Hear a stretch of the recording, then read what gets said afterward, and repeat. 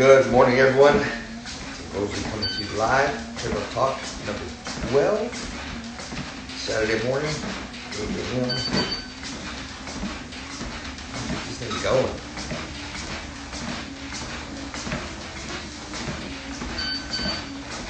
All right. I see Josh is on. Let's bring him on.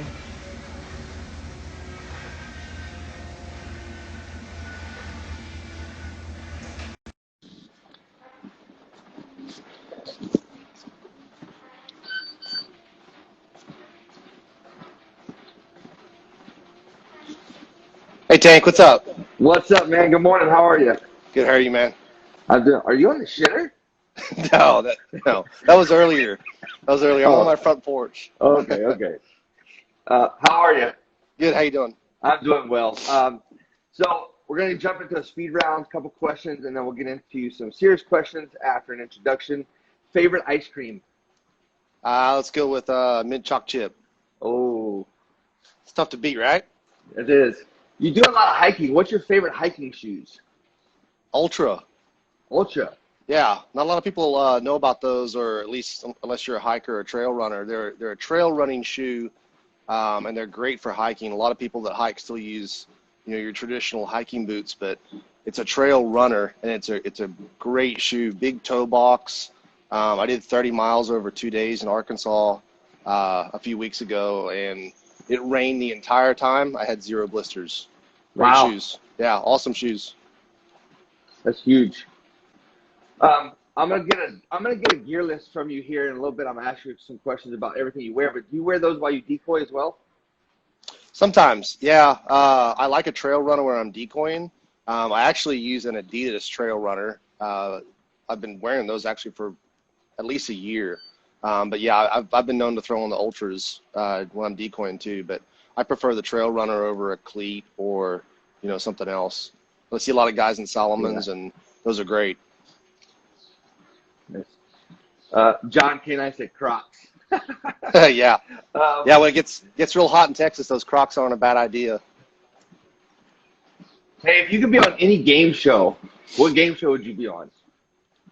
You know what? We're old, and we eat dinner early, and then we watch Wheel of Fortune sometimes, like old people do. So I'd probably say probably Wheel of Fortune. That'd be a fun one. I think my family would get a kick out of seeing me on there. Nice. Hey, that's the speed round questions. Go ahead and give yourself an introduction, and we'll get started. I'm Josh Kirby. Known Tank for a few years now. We got to meet out in Maryland at a trial. Yep. Police officer, former canine handler for about 10 years. PSA decoy, and I make some gear. So with everything going on, when the world gets back to normal, what exactly would you be doing? Are you gonna go back to school?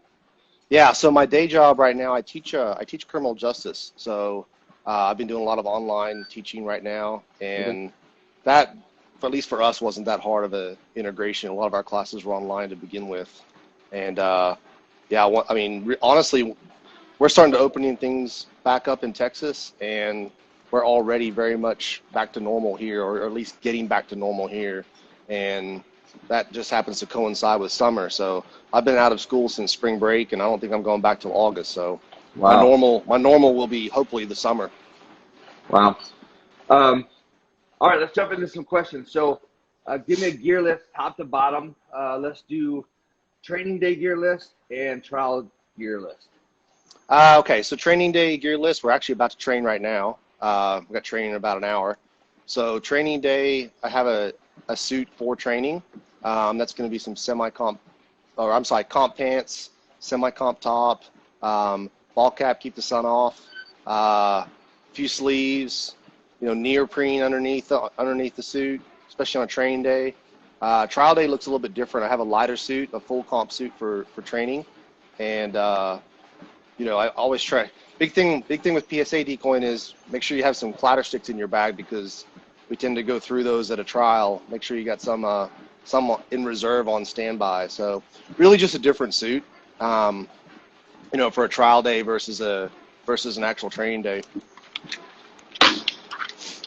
Which do you prefer, training decoy or trial decoy? I love trialing. I have more respect, I think, for your training decoys. I think they work harder. They're the ones that are actually building the dogs. And while I am also a training decoy, obviously in club, you know, trialing's great. It's a lot of fun. You get to travel. You get to meet new people. You know, it's kind of a big stage sometimes if there's a big crowd or you're at a big event. But training decoys is where it's at. That's who's building the dogs. You know, the trial decoys are just, we're testing dogs and, you know, going hard at dogs, and that's all fun, and it's cool videos and cool pictures and stuff. But tremendous respect for training decoys, especially the guys that are, you know, doing the training work all the time in big clubs. They don't really care about the you know, the trial stuff, and they're just out there just every day building dogs and making those dogs successful at a trial. In fact, a lot of times, you know, when I run into a really nice dog at a trial that I don't know, my first question is, hey, who do y'all train with? Who's your training decoy? Because that's where the dog is built. So yeah, tremendous respect for those guys. Nice. Now, flip side of that question, do you prefer being behind the leash or in the suit? In the suit. And I was behind the leash for years, you know, like doing the police canine thing.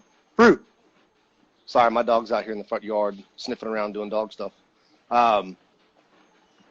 Definitely in the suit. You know, I kind of fell in love with that towards the end of my police career. When I really started to, unfortunately, towards the end of it, when I saw the value of you know, a really good decoy, and that was all you know, a product of Franco Angelini and going to his schools and just seeing how passionate he was about decoying, and then how important decoying was to police work. So, you know, as I last 6-7 years, you know, being in the suit and just and really watching a dog get so much better at bite work because of the decoy, I've just fallen in love with that. And you know, I compete in PSA and have a dog in PSA, but honestly, that's just that's a fun thing for me. But I much prefer my time in the suit. Decoy first. Nice. Is there a particular instance or moment that you remember that you absolutely fell in love with it? Yeah, there is. So I remember my very first time decoying. I was a rookie police officer. It was around 2002 or 2003, and I went out to police training. Got invited out. Deep Night guys invited me out. I was the rookie, right? So what do you think I'm doing, Tank? I'll give you one guess. Jumping into a fat suit and hauling ass. That's it. So they didn't make me run, but I was in, I'm sure it was a Ray Allen suit, you know, a big marshmallow suit, and they walked me out into the woods, and they said, just wait here till the dog bites you. Right? This is like some old school, you know, police training, new guy, rookie police officer in the suit. And I was in the woods, and, you know, it was like 20 minutes in, and sure enough, I hear the dog after a while. He latched onto me. I don't really remember where he was biting me, but that was the first time that I was ever really in the suit or taking a bite. Years later, I'm at a Franco Angelini school, and, you know, most of our bite work in police work we did a lot of passive bites, a lot of muzzle work, but didn't really do a lot of frontals or, you know, really challenging the dog in that way. And Franco was like, hey, you know, you should do some frontals. And I was like, that's crazy. Like, what, the dog bites me in the face? He's like, dog won't bite you in the face. You know, this is what you do and all this. And I remember the first time taking a frontal bite at a Franco Angelini school. I was like, wow, that was so cool and so different.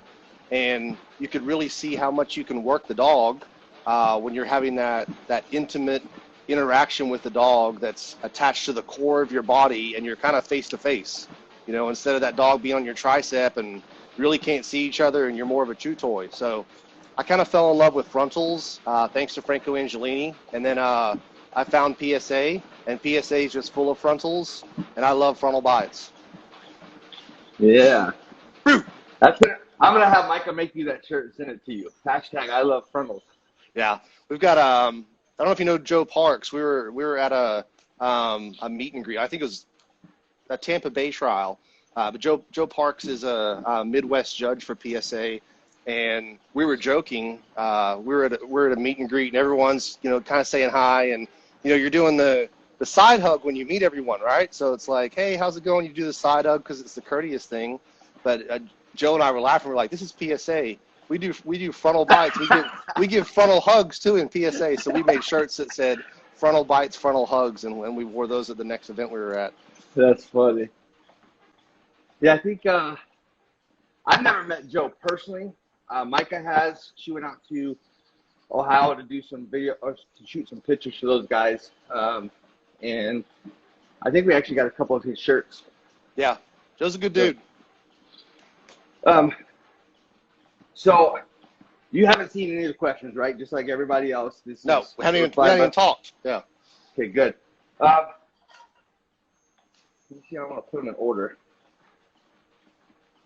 It says Brew's right there. Let's talk about this. I see a lot of hiking with Brew. Anything in particular you're doing to, I guess, precautions or, well-being of Brew whenever she's with you for hiking? Yeah, I love hiking with her. That's a fun thing to do. You and your dog, and you're out there in the middle of nowhere, and she loves it. She loves being free. I try and find trails that aren't well populated. If I'm going to go hike with her, of course we hike around, close to our house, just on a little day hike. But if I'm doing something that's, going to be at least overnight, I try and find some remote places where I'm not going to run into people, more just for our experience. But as far as, her, when she's hiking and safety, honestly, she's usually off leash most of the time. And I think that the biggest thing with that is just making sure that, her recall is absolutely solid, because you don't know what you're going to run into in the woods, whether it's a snake or some kind of animal that could hurt her. Even other hikers, when I see other hikers approaching, I'll recall her and leash her. That's the big thing as far as safety. When she's hiking, she carries her own food. So distributing that weight on her harness properly so that, she's not lopsided on weight on one side. Nice. But as far as like medical stuff too, just making sure that she's got Benadryl, or at least I have Benadryl, in case we run into a snake bite or something like that in a remote area. And then, knowing your escape routes too for the trail. So a lot of trails have like a start and a finish, or it's a loop. But it's important to at least have a map and kind of know where you can get out of that trail if you're halfway in and something bad happens. Snake bite would probably have to be the biggest fear, right? Absolutely, yeah. Especially in Texas or Arkansas in the South. And I hate snakes. If you know me well, my friends will tell you that I absolutely hate snakes. I can't stand them. Like, I'm terrified of them. I'm not afraid of a lot of things, but I'm terrified of snakes. Dude, I'm the same way. I'll take a live bite from any street dog. Yeah. Any day of the week. But don't put me in a room with a snake. Yeah, no, it's bad. I had a buddy lay out a bite suit for me just the other day, and I thought it was weird that he laid the suit out for me because he doesn't normally do that. I'm looking at the suit, I was like, man, that was really nice that he did that. Well, I lift the top layer up, and there's plastic snakes under there, and I screamed like a little girl, and he had it on video, and he thought he was funny. So yeah, I don't do snakes. What's your favorite dog memory? Oh man, that could be a lot of things. I've got a lot of cool memories, with my police dogs. Cool apprehensions. Like there's several that stand out, but I think the cool things that I remember today are like the PSA stuff, and if you know what PSA is, I don't know, what your listening base is, but level 3 in PSA is like such a high level of dog training, and so few people have been able to accomplish it. And I've been lucky to be on the field for several of those when people have actually got their level 3, and especially people that I know, people that are close to me, or I've trialed with at multiple levels, level 1, level 2, even their PDCs. But when they close out a level 3, and seeing that handler, the joy that they are experiencing because of how much hard work they've done, is just incredible. I think that it's kind of weird that my favorite dog memory has nothing to really do with me. But it's neat to see people accomplish something like that, and just true pure joy is just fun to watch. That's awesome. Hey, You really come across as that kind of guy, man. I know we've talked a long time, but when I met you in person, I can really just validate that. Like, it definitely comes across as you're more happy for other people being successful than yourself, and it shows. So that's really cool. Who's someone that you admire for always working hard in the dog world? Probably my current mentor for sure, Coy Pham. Coy's a maniac, dude. Like he trains all the time because he loves it. You know, he's not, and he does this really as a hobby. He's a hobbyist with it. And Brew, I'm sorry, she's digging up my my sunflower. But anyway, he trains all the time. You know, him and I have puppies. They're from different litters, but they're the same age. And, you know, that was amazing to raise a puppy under the guidance of Coy Pham, where his puppy is basically on the same path that mine is, right? So we talk all the time as far as puppy training. Hey, let's do this, let's do that. You know, I'm working on this now. Let's do this. But this is how crazy he is. Like, I remember him messaging me, and he's like, hey, you know, we were doing a lot of food training, of course, with the puppies when they're little. And he said to me, he said, hey, you know, on training days, skip lunch with your dog. And I'm like, what are you talking about, skip lunch? And he's like, well, you know, you do your morning session, and then we'll do our evening session at training, but don't do a lunch session. I'm like, Coy, I'm at work, man. I don't train that much. How many sessions do you do a day with your dog? And he's like, I usually do four sessions a day with my dog, and it's like, you know, 5-minute sessions. They're short sessions, but that's how committed he is to training, where, you know, I'm lucky to get 2 in with my dog. I don't do a ton with her, but he's just so committed. And I'm certain that on Christmas morning, he's probably out there, you know, working his dog, and he's so committed to it, and he's so good. That's going to be, you know, barring some kind of health injury, his current dog will be a level 3 dog, and, you know, closeouts level 3 in PSA very, very quickly. I jinxed him with that. But, yeah, it's just incredible motivation to, you know, keep training, and he's so good at it. So you kind of screwed me with my questions, because I was going to say the next question would have been, what sets Coy Pham apart from others? Yeah, that's it. Like that's so much of it. And I'll add more to that since you asked the question.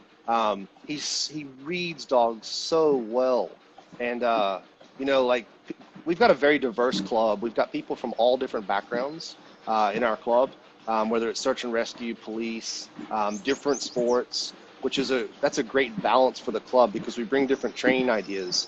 The great thing about Coy is Coy can look at a dog, and he sees 10 steps ahead of where the dog's at right now. And there's times where, you know, we might disagree on what's happening in training, and I always defer to Coy. And every time I do that, he proves himself right. And not in an arrogant way or anything. He's just right all the time. Like, he's very, very rarely wrong with the dog. And it's cool to see that. So no matter how long I've been around dogs, you know, I think that he'll always be my mentor as long as he'll have me. I saw a post on Facebook. I don't remember who posted it, but I think it was last night, and someone was asking the question of, do you ever feel like you've outgrown your mentor, right? Or like you've gotten better than your mentor, and then you look back at your mentor and you're like, wow, they're not that good.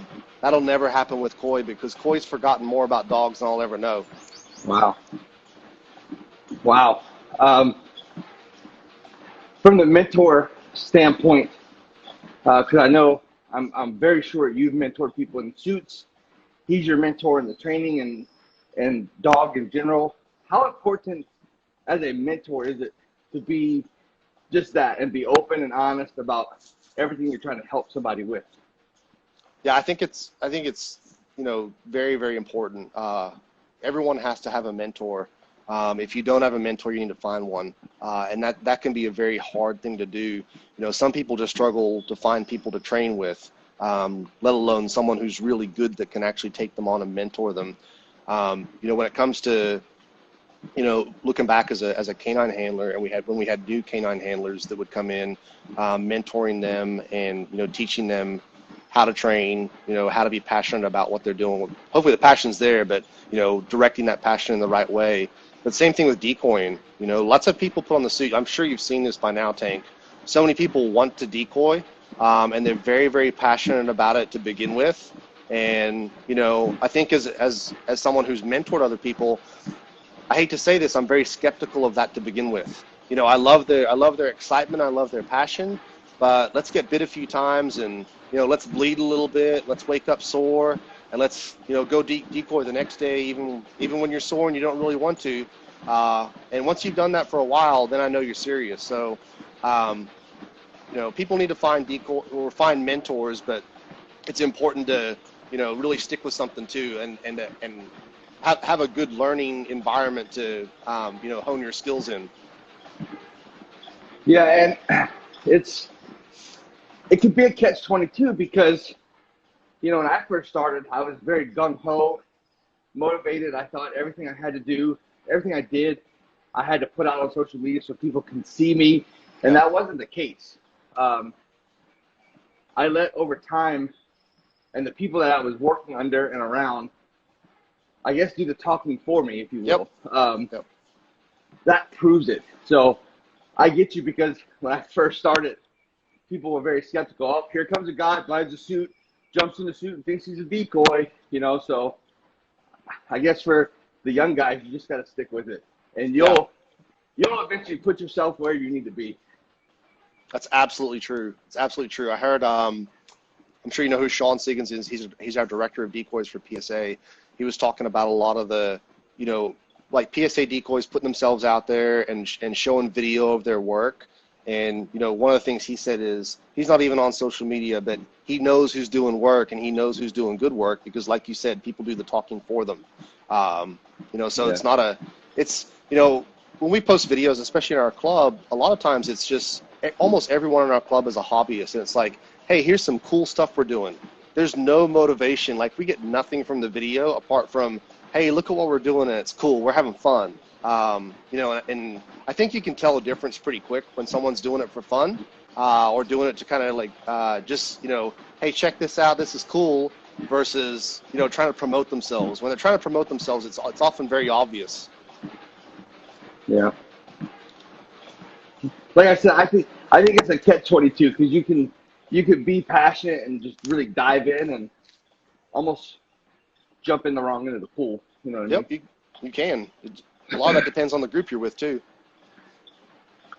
So talking about club and Koi, and what's the accountability level like? Since there's a lot of hobbyists and there is a lot of hobbyists. So one thing I'll say about Koi, he's passionate, and if you're in Koi's club and you're serious about, you know, doing the sport, he is very trying to say this in a way that probably wouldn't offend him. He's very demanding of your level of commitment, right? So he wants you to show up to training, but one of the things he's just adamant about is, you know, things like your commands. Your commands absolutely have to be consistent, and if you're not consistent with your training, you know, he'll have issues with your training. He doesn't really care how you train or what system you're using, but, you know, he does demand consistency with the training. So that's something that, you know, I think, you know, that can turn people off because they show up and they're like, oh, you know, this sport's fun. It is fun. It's a whole lot of fun. But we're, you know, even though we're hobbyists, we're pretty serious about what we're doing. We're not going to waste time out here.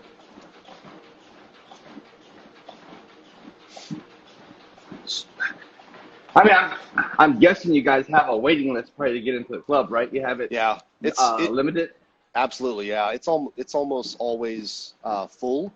And, you know, like even if there's an opening, that's kind of like I hate to say it's almost like a interview type thing where, you know, are we going to let this person in the club? So the good thing about PSA, especially in Dallas, is, you know, there's been a tremendous amount of growth in PSA. I would call it definitely a hotbed for PSA. Just in Dallas alone, we have 3 very active clubs that are all full. So that's great. Like a lot of places might have, you know, one club in a 3-state area. We've got 3 clubs in a 1-city area. So it's definitely growing here. Jumping back to trialing, as a senior decoy, when you're at a trial and you're the head decoy there, What responsibilities and roles do you have at that trial, aside from getting on the field? Yeah, so we've actually had some cool changes in PSA. This year we're doing a pilot year, really just to kind of test the system out. Some of the responsibilities for the senior decoy has changed. You know, we looked at what other sports are doing. You know, we back up a little bit with PSA decoy, and I think it's pretty well known that, you know, it's very hard to certify as a PSA decoy. You know, the decoy camp is tough, and then they have a very high standard for what they want you to do. So for instance, at the last decoy camp, 19 guys showed up to certify, and one certified out of 19. So that's a crazy, you know, very low pass rate. After that, there wasn't a whole lot that was going on as far as accountability or standards post-certification. So this year we've instituted a few different things, and the senior decoys have a lot to do with that. At a trial, now we're doing decoy evals, right? So let's say, you know, we show up to a trial, I'm the senior decoy, and there's 4 other decoys that are junior. Well, it's the senior decoy's responsibility to provide evaluations of those decoys to the PSA board. I think that's an important thing because over time, you know, especially if you're not trialing a whole lot, that skill set diminishes, and you need to be active in the sport to make sure you're doing everything technically sound and correctly. So I think that's a step in the right direction.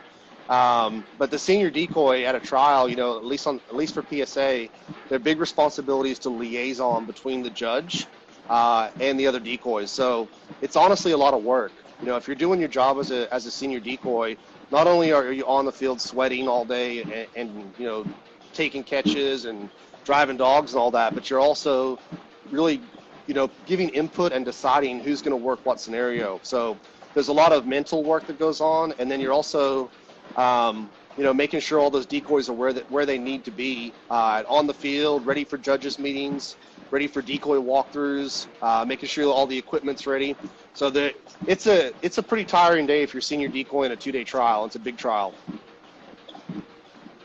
So going into it, when you're announced the senior decoy, are you looking at the list of decoys that are coming and kind of prepping yourself? Yeah, absolutely. I think if you don't know them, it's your responsibility to at least, you know, try and get to know them before the trial. Fortunately, you know, I've had the chance to work with a lot of the decoys in PSA. So if I go to a trial, I probably, you know, have, if I haven't worked with all the decoys there, I at least know who they are. So that helps a lot. And I like to kind of like talk to guys before a trial and find out which scenarios they like to work. There's some guys that they're like, hey, I love the courage test, or I love the attack on handler. And if that's what they like, you know, I want to at least give them the opportunity to do those scenarios if you know, we can work that out. So, you know, I want to play to guys' strengths. If there's a guy that, you know, is just a beast in the courage test, we absolutely want them in the courage test. You know, we don't want to give that to someone else. So we want to put the best guy for that job on the field. For folks that are watching and they keep hearing us talking about a trial decoy, give me a breakdown on what a trial decoy's responsibilities or jobs are on the field. Yeah, on the field, I think that regardless of sport, you know, a trial decoy, there's absolutely a different mindset, especially if you're getting a trial decoy who very frequently is also a training decoy. There's a different mindset. You know, when we're in training, we're building dogs, and we're you know, we're the dog's friend or sparring partner a lot of times during training, and you know, it's different on a trial day. On a trial day, I always joke with my close friends if they're trialing, I'm like, hey, don't talk to me till Sunday night. We're not friends. So you've almost got to hit that off switch when it comes to being the nice guy or being the dog's friend. And, you know, at a trial, we're absolutely testing the dog. You know, and I think that testing of the dog, for a trial decoy, you have to keep in mind that they have to be technically sound in what they're doing. Right, so each sport has a way that a decoy is supposed to, you know, complete the exercise or do the scenario, and that has to be done right in the trial setting, right? So we can say, oh, we're going to bring all this pressure, but that pressure has to be the prescribed amount of pressure for that level, and you have to be aware of what that is. right? So sometimes you'll have a decoy that's overzealous. They're like, oh, we're gonna run dogs. It's trial day. Like that's great. I love that attitude. That's exactly what we want from a trial decoy. We're there to test, but make sure we're still doing it within the rules and within the guidelines for what we're supposed to do. So I think that trial decoys need to be well versed in the rule book, both on the decoy side and the competitor side, because we have to absolutely test the dogs, but we have to absolutely be fair to the dogs too, and the handlers. Micah asked a question. She said, what's your opinion or thoughts on female trial decoys?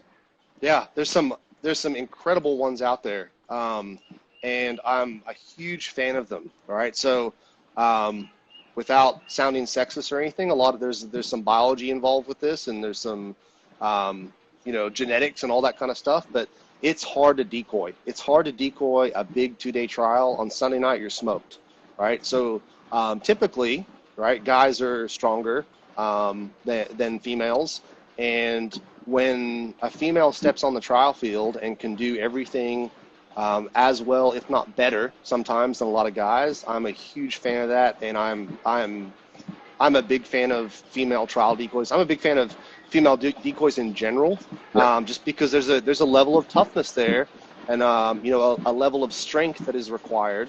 That if you're doing that as a female, you're on another level. You can almost look at it the same way as female firemen or firefighters, I should say.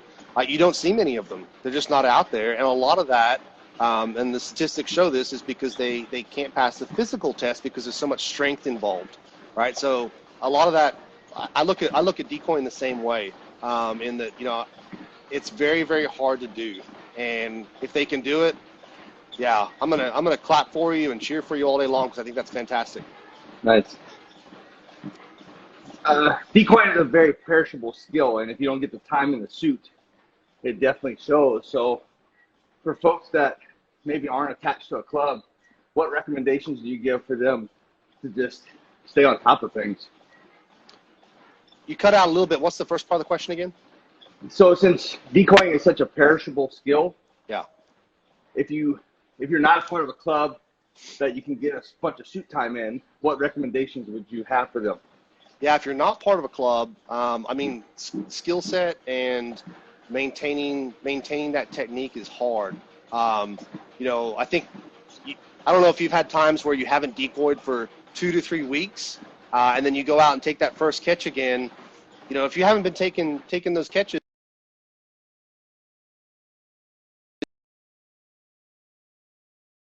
the game, so to speak, is really important. Understanding technique, especially on the trial decoy side of it, is super important. And watching video, I go back to when I played baseball in high school and college, and we used to watch video of people's swings, and video of our own swing for technique. I think golfers do the same thing. So like if we're watching video of ourselves, or watching video of decoys who are doing it properly, that's a great way to keep your technique up to par. But you can do a lot of things dry. What I mean by dry is going through the motions. At least how it should look. I know when I'm trial decoying, if I'm working a certain scenario, I will run that scenario dry before a dog even steps on the field. And that's, go like on the courage test, going through the footwork, going through the presentation. You can do that at home, even if you're not catching a dog, and have people look at it and look at your technique. So that's a way you can do it if you're not catching dogs, but there's absolutely no substitute for catching dogs. And I think that if, you're a trial decoy and you're only showing up to the trial, you really probably need to make some road trips and go visit some clubs and catch some dogs leading up to those trials. Now, I've seen you put on some seminars in some really awesome places. Give me your favorite place stateside and your favorite place around the world. Favorite place in the U.S. I don't know. It's tough. Love Texas, of course, but went to LA last year, and I grew up in Australia on the Gold Coast. All right, so went to LA and did like a 2-day bite seminar type thing. PSA dogs, and there's a lot of ring dogs out there, which was fun. But I had a good time out there because I had a little bit of downtime and got to go to the beach, and the beach was very, very quiet that day, and then brought back some good memories of growing up on the Gold Coast of Australia. So that was nice. I just remember that day because I was there by myself, and it was kind of a cool, relaxing moment to kind of gather. So that was cool for stateside. Internationally, India was an incredible experience to go there last year. But I think my favorite international place was going to Calgary with the Thankachins. So they had me up there for a trial, and that was a really, really cool experience. I love that family. They're very passionate about dog sports, and they're just great people, but they take such great care of you when you come in. We went up to Banff National Park, and of course that's right in my wheelhouse. I love the national parks, love the outdoors, and that was just a really cool place, and probably my favorite place I've traveled to internationally. Yeah. Wow. So give me a breakdown on how the India seminar goes. Like, is it you need a translator? Is everybody picking up what you're putting down? Like, how do you give a seminar like internationally? So I was there for a trial. I went with Jonathan Katz, and Jonathan Katz put on a seminar after the trial. But I was there as a senior decoy for PSA, and that was such a cool experience. It was really cool because I got to take my daughter with me, and that was her first time outside the U.S. So, it was kind of like trial by fire. I don't know if she thinks that every country outside of the U.S. is like India, but if she goes to a more westernized country, she'll be like, wow, that was a little different than India.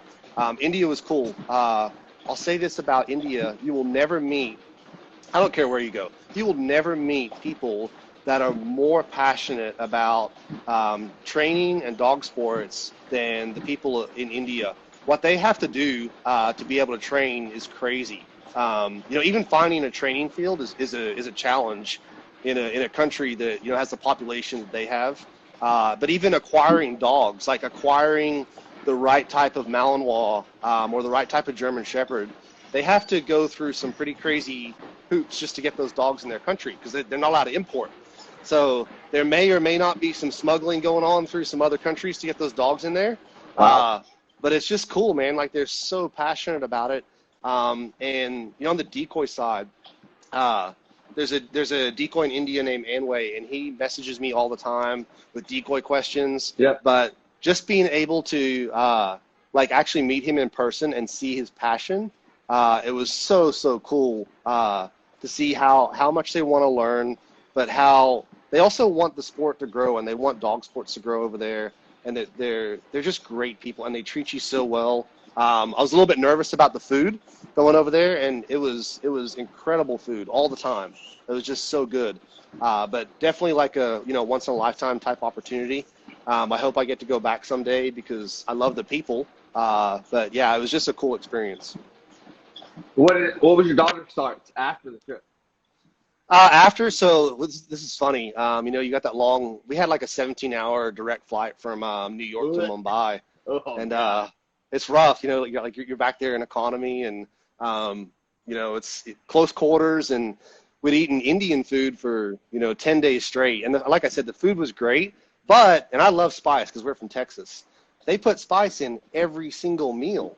Right. So I think one morning we found a place that had like eggs and toast. And I was like, oh, that sounds good. I love spice, but in the morning after you've had spice for 7 days, you don't really want spice in your eggs or your toast. So we get this eggs in the toast. And of course there's like some kind of peppers in the eggs. And then even on the toast, there was some kind of like hot spread. And I was like, I should have asked for a dry. But anyway, whenever we flew back to New York, we landed at like 7 o'clock in the morning. I think my daughter and I both went to like some airport restaurant and ordered, just a burger, just a good old American beef burger, and sat there and ate it at 7 a.m. And I think she might have sang the anthem while she was eating it. But she had a good time. But it was definitely like a culture shock for her. you know, just a lot of cool things for her to see outside the U.S. Nice. How? Because I know she's a runner. Did she run while she was there? Yeah, she did. She had a hard time running because of the air quality, and she noticed that like immediately. Like, Wow. you know, she'll go out and run 5, 6, 7 miles, you know, without blinking. And I remember taking her to the local university to run while we were there early in the morning. And, you know, a mile in, she was like, I can't breathe. So that was tough for her. She kept her training up, but yeah, she ran while she was over there. Wow.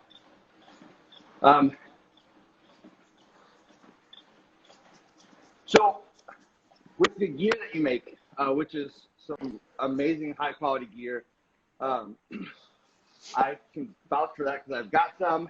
What's been where's been the coolest place you've had to ship your gear? Let's go with that first. I think the coolest place is like shipping. I've shipped gear worldwide. I don't think I've really hit anywhere in South Africa yet. I take that back. There is some stuff in South Africa. I think it's cool when I get an order from Holland. All right, like that's cool. So, you know, I've shipped all over Europe, but it's like, man, the Dutch want my stuff. All right, that's cool. Like my dog, we get all our dogs, and you know, like if you look at PSA or KMPV, like you know, all our training comes from the Dutch, and you know they've done this for centuries. And now they're ordering a piece of U.S. gear that they're paying a ridiculous amount of shipping to get. That's cool when I send something to Holland. I like that. Nice. And I know you repost a lot of your pictures of people wearing your gear.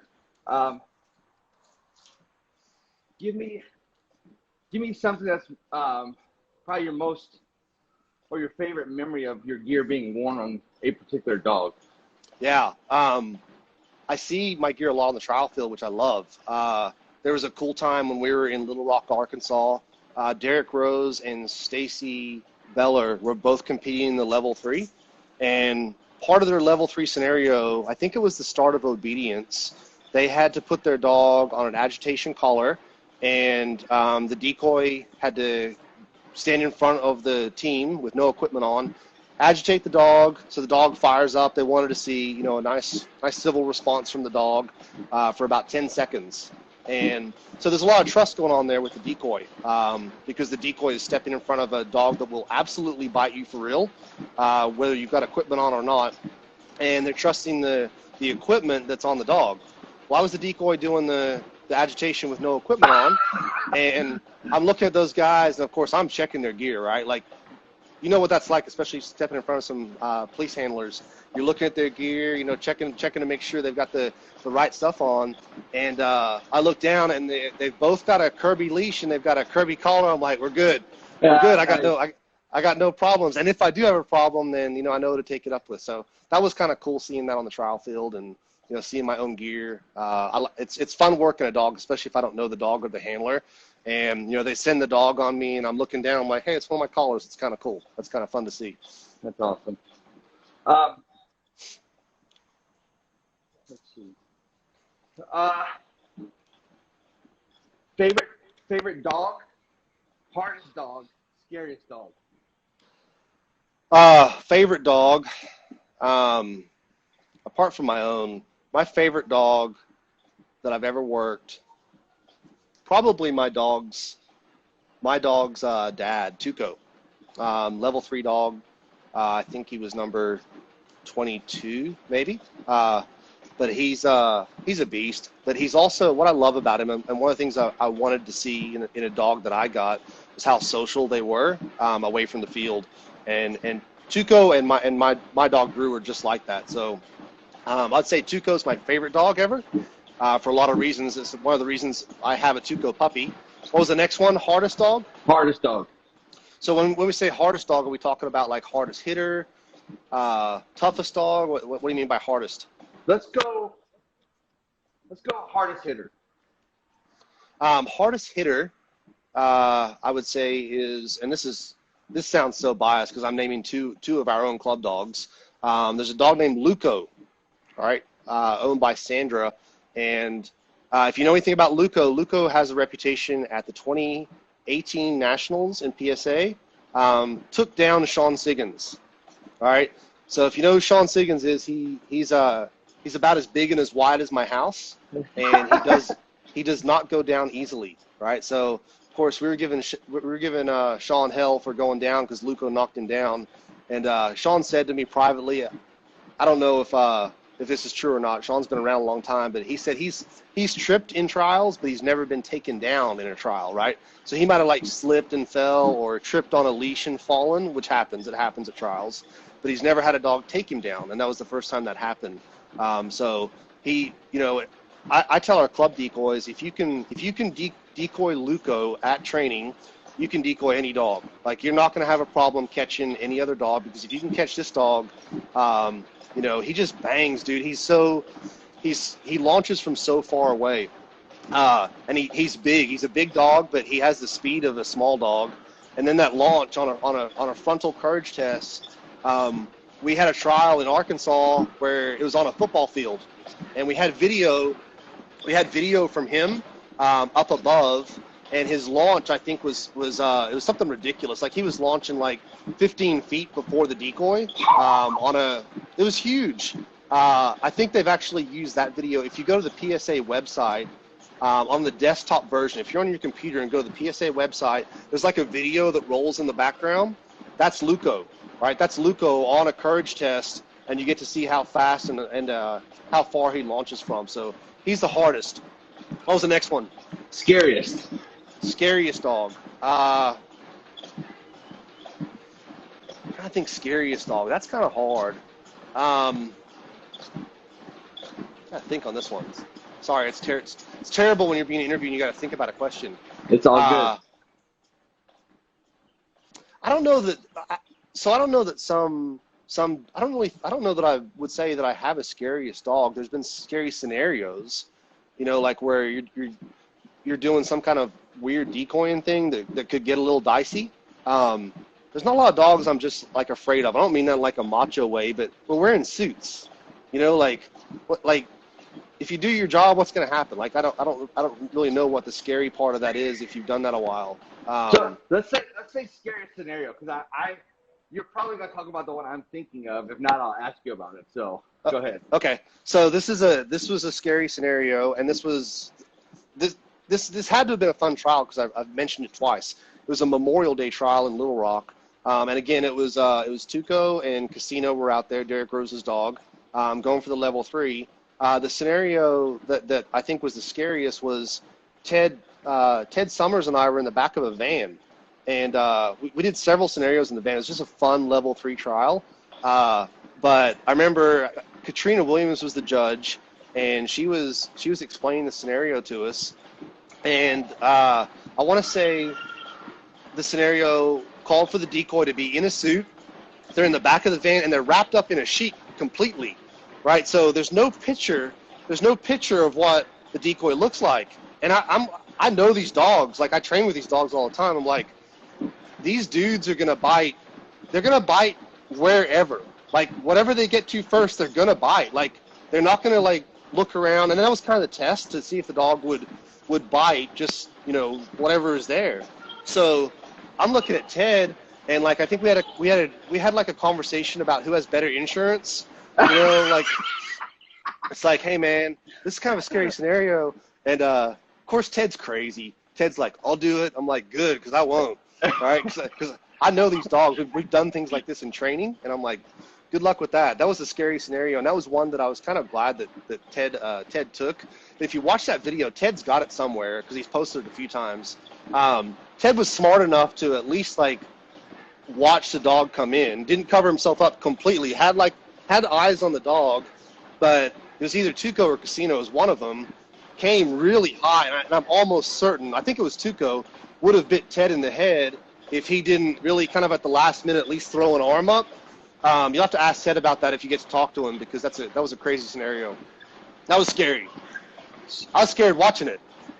So there was one where I actually saw you, though. It looked like you were back in the back of a patrol car. You were squeezed in. Yeah. That one looks scarier than it is. All right, so I'm gonna tell you why that wasn't so scary. I think that one would have been really scary. I was in a kennel, essentially like a backseat kennel, and you're in there. I'm in there in a bite suit, so I'm like, cool, I got a bite suit on, That's good protection, but there's no room to move. You know, if you've ever tried to squeeze into a hole like that in a bite suit, it's tough.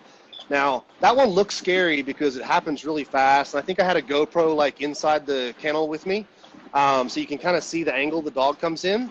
But the reason that wasn't scary to me is there was only one level 3 dog at that trial, and it was Luco, and I know that dog, and I absolutely know that that dog, if that primary bite target is there, it will take it. Right? It's not the type of dog that will just take whatever it sees. It's going to take that primary target if it's there. So I was like 95% sure he was going to bite me in the bicep. So that one looked scarier than it was. I didn't feel too bad about that one. All right, well, it scared me. Where can people get a hold of you to find out about your gear that you're making? They can message on Facebook. It's at Kirby Canine. Instagram is at K9IRBY. I actually pay my daughter to run that account because we get so many questions. I'm just on the phone constantly with questions, so she takes care of all the Instagram stuff for me. That's also why the Instagram feed looks better than the Facebook feed, because she's running that. Or you can just email me at K9IRBY@yahoo.com, and I'll get back to you on any questions you have. And what's your turnaround time with gear right now? Usually 2 weeks. I get everything out in within 2 weeks. So one of the number one questions we get is, hey, I want to order 5 collars. What do you have in stock? I never have anything in stock, unfortunately, because I'm constantly sewing.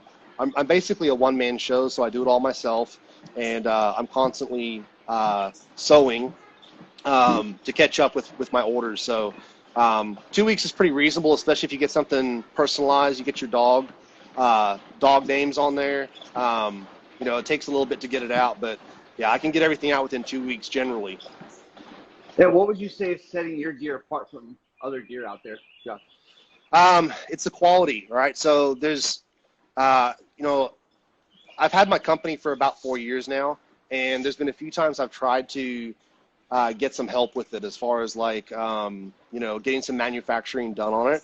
And every time I've gone down those roads, the number one thing I get from the manufacturers is, hey, you make incredible gear. This is super nice. What are you making? Like, what do you have in this, and what are you selling it for? And when we sit down and start talking about the numbers, they're like, you need to make more per collar. I was like, well, I don't want to charge more, because then, I'm kind of getting out of the market of what these collars should be. And their answer to that is, well, let's start using this material. And my answer to that is, thanks, but no thanks. So I spent a lot of time researching the materials that I use, everything all the way down to the thread. But I use premium quality scuba, premium quality nylon.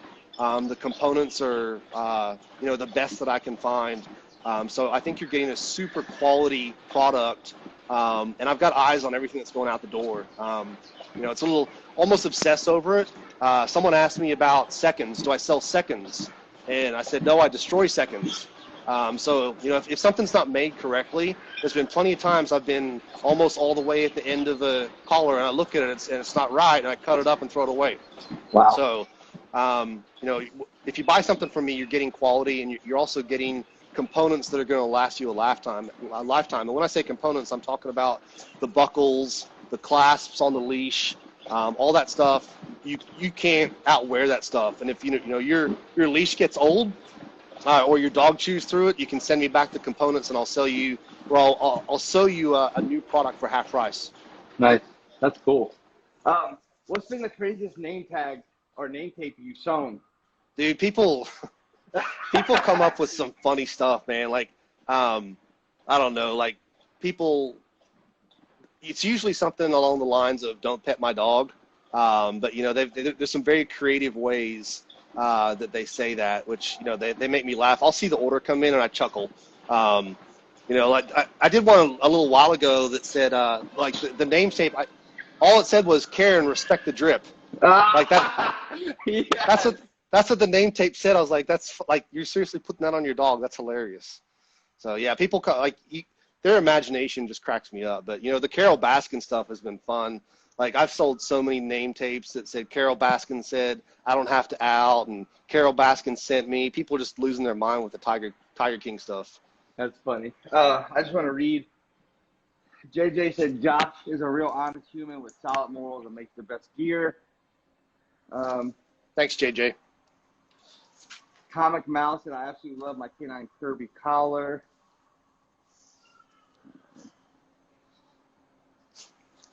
So I just want to read those. So, man, I just look at that loving. Hey, I appreciate you taking your time to come on here and getting with us this morning. I got one last question for you. Yeah. So we talked a lot about PSA and the certs, and shout out to Clover because I believe he was the only one. Yes, he was. That you talked about earlier. But if you, and this isn't to undermine anyone or anything like that, but if you could change one thing about the PSA cert to make it harder or less than it is, what would that be? So funny last question. The PSA cert, I think, is incredibly hard. I think Sean does a really great job with really testing, the guys and girls, whether they are technically sound enough, they're safe enough, strong enough, have enough presence. I think the test of the cert is incredible. So one of the things that I felt like we should have was a written test and a test of the rule book, a test of the Decoy handbook. And I proposed that to PSA last year, and we got that done. So that's another part of the pilot year that we're doing, where we're doing written tests for new Decoy certs. So Nice. That's something that I'm proud of. I think that's great that's happening, and that was a step in the right direction. The judges were very happy about having a written test of the decoys, because it's one less thing that they've got to think about. Does this decoy know the rules? Does this decoy know what they're doing technically? Aside from the physical aspect of decoying, do they have the head knowledge of what the sport should look like? So that would be the one change, and that change has actually happened within the last year. So I'm happy to say that. That's awesome, man. That's so cool. Actually, Micah said one last question. When can we come for a seminar in Texas? Dude, whenever you want. I've told you that. Like, you come to Dallas, you can come to Dallas and think about the training you've got. You've got Koi Fam twice a week, and then you've got Derek Rose twice a week. Come catch dogs, bring your dogs. We'll work your dogs. You can work our dogs. We'll shoot some cool video and have some fun. Hell yeah. I look forward to it, man. It's going to happen at some point. That's for sure. Yeah. We talked about it a lot. But listen, thanks for your time, and I appreciate you so much for coming on here. Thanks for having me, Tank. It's good talking to you, man. All right, bro. See you soon, and be safe. All right. See you, man. Bye.